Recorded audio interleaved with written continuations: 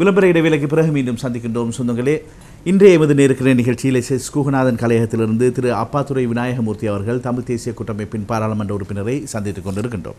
அதன் பிறகு ஐயா, நீங்கள் எவ்வாறு மீண்டும் தமிழ் தேசிய கூட்டமைப்பில் உள்வாங்கப்பட்டு மீண்டும் ஒரு பாராளுமன்ற உறுப்பினர் ஆகின்றீர்கள்?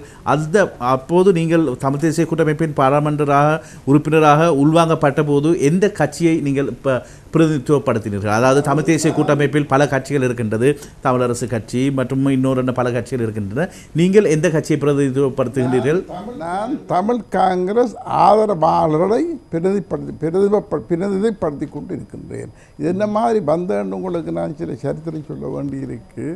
கடந்த தேர்தலுக்கு ஒரு கிழமைக்கு முன்பு சில முருகல் நிலை ஏற்பட்டபடியினால் இந்த 2 நாளைக்கு முன்பு கஜேந்திரகுமார், நான், அவன் ஆக்கள், மற்ற வேறு தர்மராஜ ஆக்கள், மற்றது ஒரு நீலகண்டன், அடைக்கலநாதன், மாவிசேனராஜா, கஜேந்திரகுமார் பொன்னம்பலம் மற்ற சம்பந்தன் எல்லாரும் சேர்ந்து எல்லாரும் பேசி பறந்து ஒரு தீர்மானத்துக்கு வந்தது. எழுத்து மூலம் ஒரு தீர்மானம் எடுக்கப்பட்டது.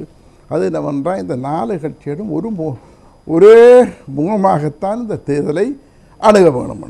மற்ற நாள் விடிய அவர் எனக்கு கஜேந்திரகுமார் எழுப்பி சொன்னார், அம்மாமா நாங்கள் கேட்கலாம், நான் அங்கே போய் நான் எங்களுக்கு யார் வேணுமென்று கேட்டுக்கொண்டு வரணுன்ட்டு சொன்னார். பிறகு அந்த நாள் பின்னேரம் மாவை சேதுநாதராஜாவும் சம்பந்தன் பண்ணினார்கள். நாங்கள் அந்த தீர்மானித்த நாங்கள் தானே உண்டு, நீங்கள் பாருங்க இதை கையெழுத்து போடுவோம் உண்டு.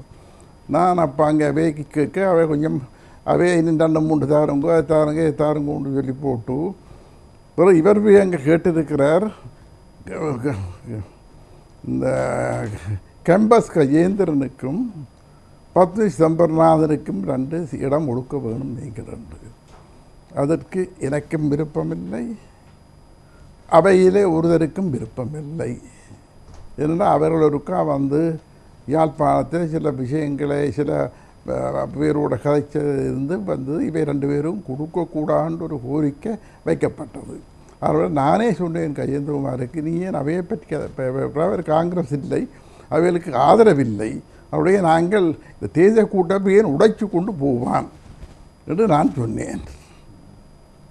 அப்போ மற்ற நாள் விடிய சில பேர் சொல்லிக்கணும், அப்போ என்ன செய்ய போகிறீங்கன்ட்டு, நான் தேர்தலில் நிற்கிறேன்டா தமிழ் தேசிய கூட்டமைப்பில் தான் நிற்பேன், வேறு கட்சியில் நிற்க மாட்டேன் என்று நான் சொல்லியிருக்கேன். ஆனால் அவர் பிறகு என்னோட பேச்சுவார்த்தையே இல்லை. நான் என்ன செய்தேன் என்றால், அது உங்களுக்கு சொல்ல வேண்டும், ஆம்சங்கரியை போல நான் தலைவராக இருக்கலாம், அது அப்படி இருக்க விரும்பவில்லை. நான் 58 வரைக்குமாக இந்த குடும்பத்தோடு மிகவும் ஐக்கியமாக ஒரு குடும்பத்தை சேர்ந்தவனாக இருந்தபடியினால் நான் இதில் கையெழுத்து போடேக்கில்லை, நொமினேஷன் பேப்பரில் தலைவராக இருந்தேன். நான் அது ஒரு கடிதத்தை எழுதி அனுப்பினேன் அவருக்கு, தம்பி நீங்கள் இதிலேருந்து நீ விலகிற நோக்கம் இருக்கிறபடினா தமிழ் தேசிய கூட்டத்தில் இருந்து நான் தமிழர் பதவியிலேருந்து விலக வேண்டிய ஒரு நிலை வந்துவிட்டது, ஆனால் எங்களுடைய தொடர்பு தொடரும். அந்த வகையில் இப்போது நீங்கள் உண்மையிலேயே உங்களது கடந்த கால விடயங்களை கூறினீர்கள். இப்போது ஐயா, இப்போது தமிழ் தேசிய கூட்டமைப்பு இப்போது நீங்கள் தமிழ் தேசிய கூட்டமைப்பை சேர்ந்த நீங்கள் குறிப்பிடுகின்றீர்கள், நீங்கள் தான் தமிழ் மக்களது அதாவது ஏக பிரதிநிதிகள் என்ற ஒரு வார்த்தை பிரயோகத்தை நான் அடிக்கடி தமிழ் தேசிய கூட்டமைப்பு பாராளுமன்ற உறுப்பினர்களிடமிருந்து கேட்கக்கூடியதாக இருக்கிறது. ஆனால் இதற்கு இந்த வார்த்தை பிரயோகத்துக்கு சில எதிர்ப்புகளை நாங்கள் சமகாலத்தில் கேட்கக்கூடியதாக இருக்கிறது. ஏனைய கட்சிகளிடமிருந்து, ஏனைய கட்சி பாராளுமன்ற அதாவது தமிழ் பேசும் பாராளுமன்ற உறுப்பினர்களிடமிருந்து கேட்கக்கூடியதாக இருக்கிறது. இதை நீங்கள் எவ்வாறு பார்க்கின்றீர்கள்? நீங்கள் ஒரு பழம்பெரும் அரசியல்வாதி, அதுபோன்று நீங்கள் ஒரு இது ஜனநாயக அரசியல், ஜனநாயக நாடு.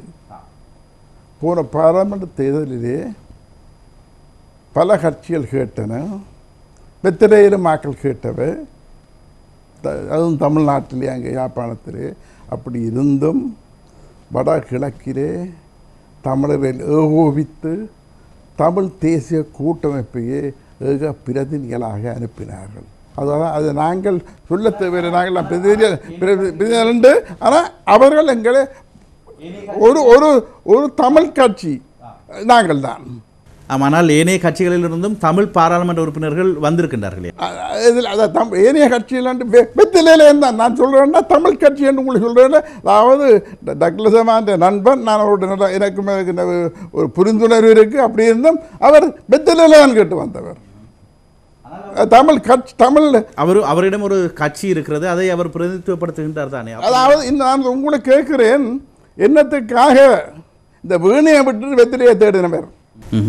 அப்படியானால் அவர் வீணை சின்னத்தில் அதாவது வாக்கு கேட்டு தமிழ் தேசிய கூட்டமைப்பில் அவர் நானும் இணைந்து கேட்கின்றேன் என்றால் அதை நீங்கள் ஒத்துக்கொள்வீர்கள்? நாங்கள் ஒத்துக்கொள்வோம். நீங்கள் அவரை வரவேற்பீர்கள்? வெத்திலை கிடமில்லையா அங்கே?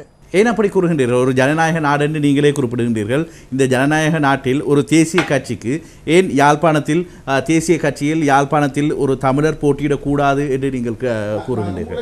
நான் உங்களை இன்னும் ஒரு கேள்வி கேட்கிறேன். இந்த மறுமொழியை தரதுக்காக என்னத்துக்காக இந்த பசில் ராஜபக்ச இவ்வளவு கஷ்டப்பட்டு எல்லாரையும் வெத்திலே பண்ணுறார்? ஜனநாயக நாட்டிலே எல்லா கட்சியிலும் கேட்கலாம் தானே. டக்ளஸ் ஆனந்தா இவையை ஆதரித்து கொண்டு இருந்தவன், அந்த ஆதரவை வச்சு கொண்டவே அவற்றை சின்னத்தில் கேட்க விட்டுருக்கலாம் தானே. அப்படியே மற்ற இடங்களும் தானே. பாருங்க, இவை என்ன ஒரு கட்சி அரசாங்கத்தை கொண்டு வர இவ 3 ராஜபக்சவும் விரும்புகிறோம். அதான் என்ற கணிப்பு. ஆமாம், அந்த வகையில் உண்மையிலே அவர்கள் தேசிய கட்சியாக அல்லது அவர்கள் ஒரு இலங்கையில் ஒரு பெரும்பான்மை கட்சியை வைத்திருப்பவர்கள், பெரும்பான்மையான மக்களது ஆதரவை பெற்றவர்கள். எனவே அவர்கள் அங்கும் தங்களது பிரதிநிதிகளை எடுத்துக்கொள்ள விரும்புவதில் என்ன தவறு இருப்பதாக நீங்கள் பார்க்கின்றீர்கள் ஐயா? தவறு இருக்கிற பாருங்க, மற்ற கட்சிகளை அழிக்க வேணும் என்ற ஒரு மனப்பான்மை இல்லையா? உங்களை கேட்கிறேன் நான். ஏன் டக்ளஸை வீணையில் கேட்க விட ஏன் விட இல்லை? அவர் வில்லங்கப்படுத்தித்தான் வெத்திலை கேட்டவர். இல்லை, நான் கேட்கின்றேன், வீணை சின்னத்தில் அவர் கேட்டிருந்தாலும் அவரை நீங்கள் அதாவது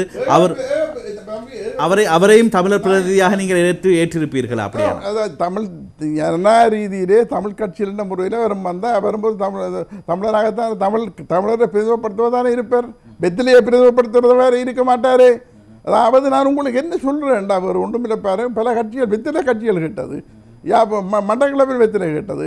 ஆனால் தமிழ் கட்சிகள் என்ற முறையில் தமிழ் தேசிய கூட்டமைப்பு தான் வடக்கும் கிழக்கிலும் ஏகமனதாக தெரிவு செய்யப்பட்டது. அப்படியானால் நீங்கள் இன்னும் ஆணித்தரமாக கூறுகின்றீர்கள், தமிழ் தேசிய கூட்டமைப்பு தான் ஏக பிரதிநிதிகள், அவர்களோடு மட்டும்தான் பேச்சுவார்த்தை நடத்தப்பட வேண்டும். இல்லை, ஏக பிரதிநிதிகள் அல்ல, அது ஏக பிரதிநிதி பேரை ஜனங்களுக்கு தான் தெரியும். சரி, அப்படியானால் இலங்கையில் இப்போது தமிழ் பேசும் மக்கள் செறிந்து வாழ்கின்றார்கள்.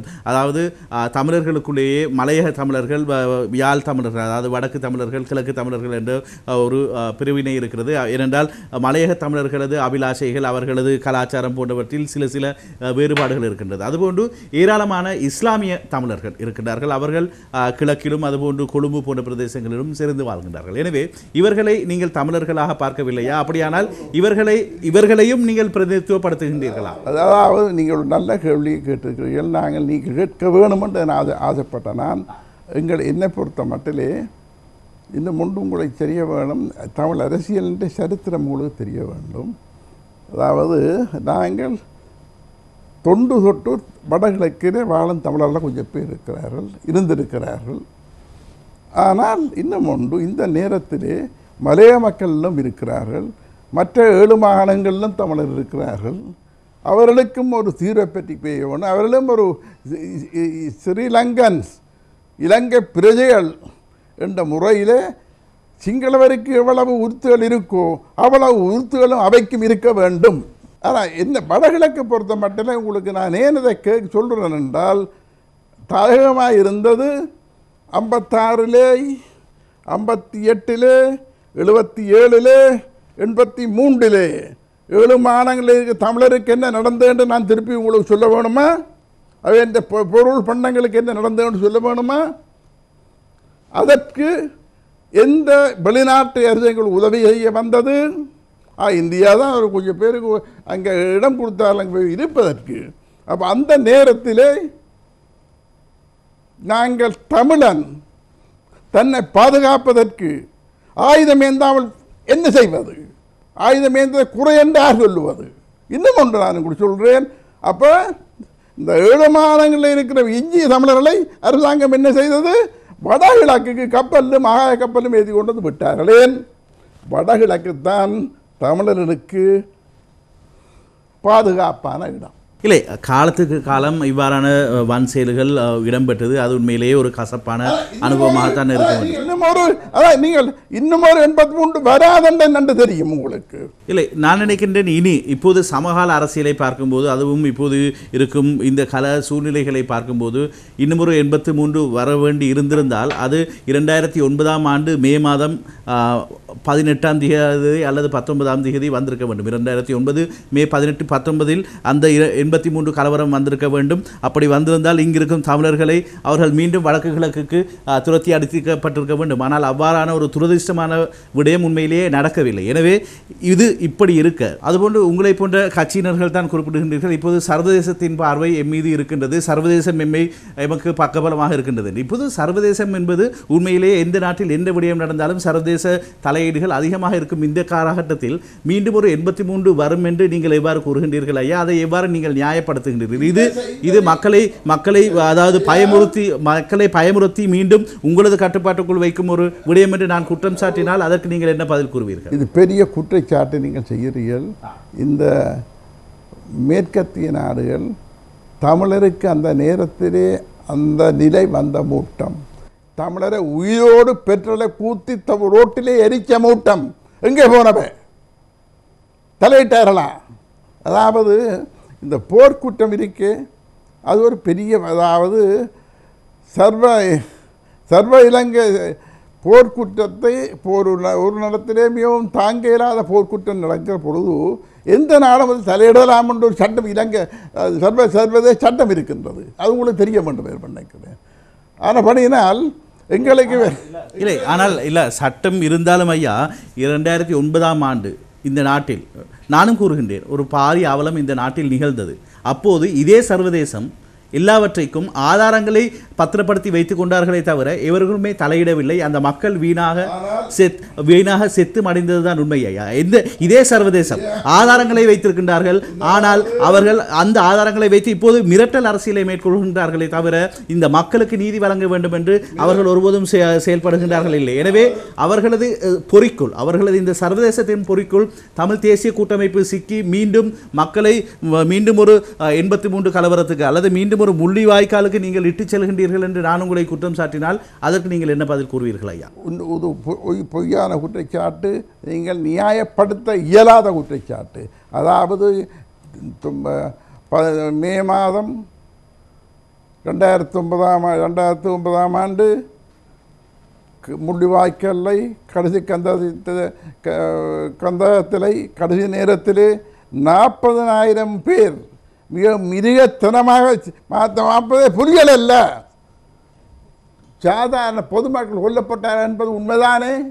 நடேசன், மற்றது புலித்தேவன், நடேசன் பெண் சாதி, இவ சொல்லியமுக்கு அறிவிச்சு, நம்பியாருக்கு அறிவிச்சு, ராஜபக்சருக்கு அறிவிச்ச பிற்பாடு வெள்ளச்சூரியோட வாண்டு சொன்ன வரைக்கும் என்ன செய்தீர்கள்? மிருகத்தனமாக தான் ஒரு சண்டை உங்களுக்கு எதிராக சண்டை பிடிக்கிறவன் சரணடையக்கில்லை, வெள்ளச்சிலை கொண்டு வரைக்கில்லை, சுடுவதான் கூட வேலை. இல்லை, மன்னிக்க வேண்டும், நீங்கள் இப்போது இந்த 40,000 பேர் என்று குறிப்பிடுகின்றீர்கள். நானும் உண்மையிலே இந்த 40,000 என்ற இலக்கத்தை பல இடங்களில் வாசித்திருக்கின்றேன். ஆனால் இந்த 40,000 என்ற கணக்கு உண்மையில் எங்கிருந்து பெறப்பட்டது? அதாவது மக்கள் கொல்லப்பட்டிருக்கின்றார்கள் என்பதில் எந்த விதமான, நான் ஊடகத்தில் கூறுகின்றேன், எந்த விதமான எனக்கும் சந்தேகம் இருக்கிறது. மக்கள் கொல்லப்பட்டிருக்கின்றார்கள் என்பதில் எனக்கு எந்த விதமான சந்தேகமும் இல்லை.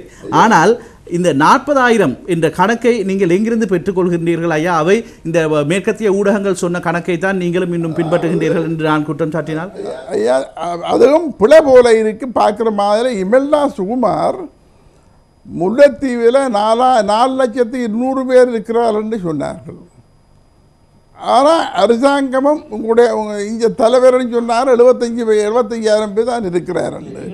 எங்களோட தலைவர்கள் என்று நீங்கள் யாரை கொடுப்பீர்கள் எனக்கு தெரியாது. ஆனால் எங்கள் தலைவர் தான் உங்களது தலைவரும், அதாவது இந்த நாட்டின் ஜனாதிபதியாக இருப்பவர் தான் உண்மையிலேயே தலைவர் என்று பேச முடியும். அப்படியானால் எமது தலைவர் தான் உங்களது தலைவரும், உங்களுக்கு வேறு தலைவர், எனக்கு வேறு தலைவர் என்று யாரும் இல்லை ஐயா. அதாவது இமெல்லா சுகுமார் முல்லைத்தீவிலே எவ்வளோ பேர் இருந்தேன்னு சொல்லியிருக்க 4,200,000 பேர் இருந்திருக்கிறார்கள். அவன் கணக்கின்படி இல்லை, சமீபத்தில் அவர்கள் வெளியிட்ட ஒரு ஆவணத்தின்படி 3 எனக்கும் சரியான கணக்கு வழக்கு நினைவில்லை. ஆனால் அவர்கள் அதை ஒரு பட்டியலிட்டு ஒரு அட்டவணையிட்டு காட்டியிருந்தார்கள். இமெல்டா சுகுமார் கூறியது இவ்வளவு, அதாவது அங்கிருந்த அரசாங்க அதிபர் கூறிய தொகை இவ்வளவு, விடுதலை புலிகளால் கூறப்பட்ட தொகை இவ்வளவு, அதன் பிறகு அங்கிருந்து வெளியே வந்தவர்கள் இவ்வளவு பேர் வெளியே வந்து இங்கு பதிவு செய்திருக்கின்றார்கள் அகதிகளாக. இல்லை, அந்த நீங்கள் குறிப்பிட்ட 4 லட்சம் என்பது ஒரு தவறான, ஏனென்றால் நான் அந்த 4 லட்சம் என்ற தொகையை இமெல்டா சுகுமார் அவர்களும் இதே இடத்தில் வந்து கூறியிருக்கின்றார். அவரும் கூறவில்லை. அவர்களது தஸ்தாவேஜுகளும் எமக்கு கிடைத்த சமீபத்திய அறிக்கைகளிலும் 4 லட்சம் என்று ஒரு இடத்திலும் பார்த்ததாக எனக்கு ஞாபகம் இல்லையே. அதைத்தான் நான் கூறினேன். ஏனென்றால் இந்த ஊடகத்தில் நாங்கள் கூறும்போது சில தவறான கருத்துக்கள் மக்களுக்கு சென்றுவிடக்கூடாது என்பதில் நாங்கள் கவனமாக இருக்க வேண்டும்.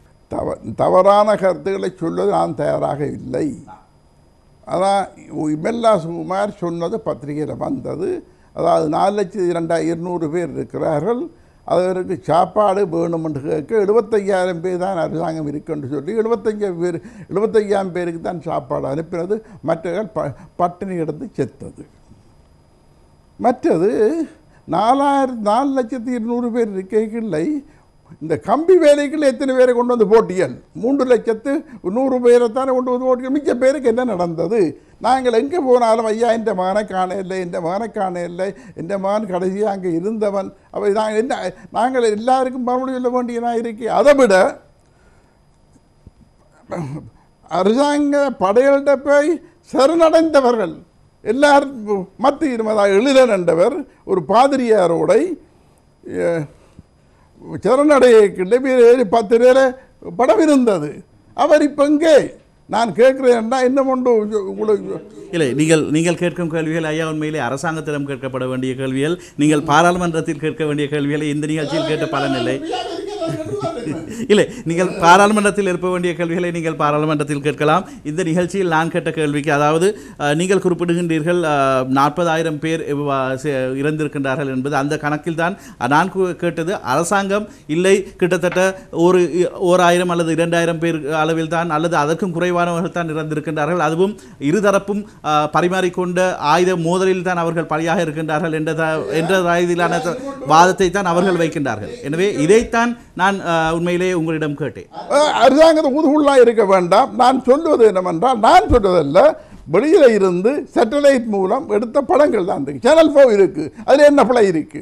இல்லை, சேனல் 4 ஆதாரங்கள் முற்றுமுழுதான தவறானவை என்பதை நாமும் எமது அரசாங்கம் கூறியது. அதுபோன்று எமது ஊடகத்திலும் நாம் அது சம்பந்தமான ஒரு ஆவணப்படத்தை ஒளிபரப்பி இருக்கின்றோம். நீங்கள் அங்கிருக்கும் ஐக்கிய ராஜ்யத்தில் இருக்கும் சேனல் 4 நம்புகின்றீர்களா, அல்லது உங்கள் மத்தியில், உங்களது மக்கள் மத்தியில் உங்கள் மொழி பேசும் எமது டான் தமிழ் ஒளியை நம்புகின்றீர்களா? பைதல் ராஜபக்ச, கோத்தபய ராஜபக்ச எல்லாரும் சேர்ந்து ஒன்று சரி கட்டி இருக்கிறார்களே, அதுதான் உண்மையான சேனல் உண்டு.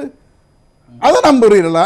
இல்லை, நான் இரண்டையுமே நம்பவில்லை என்பதுதான் எனது கருத்தாக இருக்கிறது. நான் இரண்டையுமே நம்பவில்லை. வெளிநாட்டை பொறுத்த மட்டிலே சில புத்திஜீவிகள் சேனல் 4 நடக்கிற எல்லாம் நான் பார்த்துருக்கேன். ஐயாவில் பார்த்தா ஒரு மாதம் நித்திரை கொள்ளலாம். அது நிச்சயமாக இந்த இடத்தில் நாங்கள் ஒரு சிறு விளம்பர இடைவேளைக்கு செல்ல வேண்டியிருக்கிறது ஐயா. குறுக்கிற்கு மன்னிக்க வேண்டும். சொந்தங்களை இணைந்திருங்கள். நாங்கள் இன்று அப்பாத்துறை விநாயகமூர்த்தி அவர்களை சந்தித்துக் கொண்டிருக்கின்றோம் என்பது நேருக்கு நிகழ்ச்சியில் ஒரு சிறு விளம்பர இடைவேளைக்கு பிறகு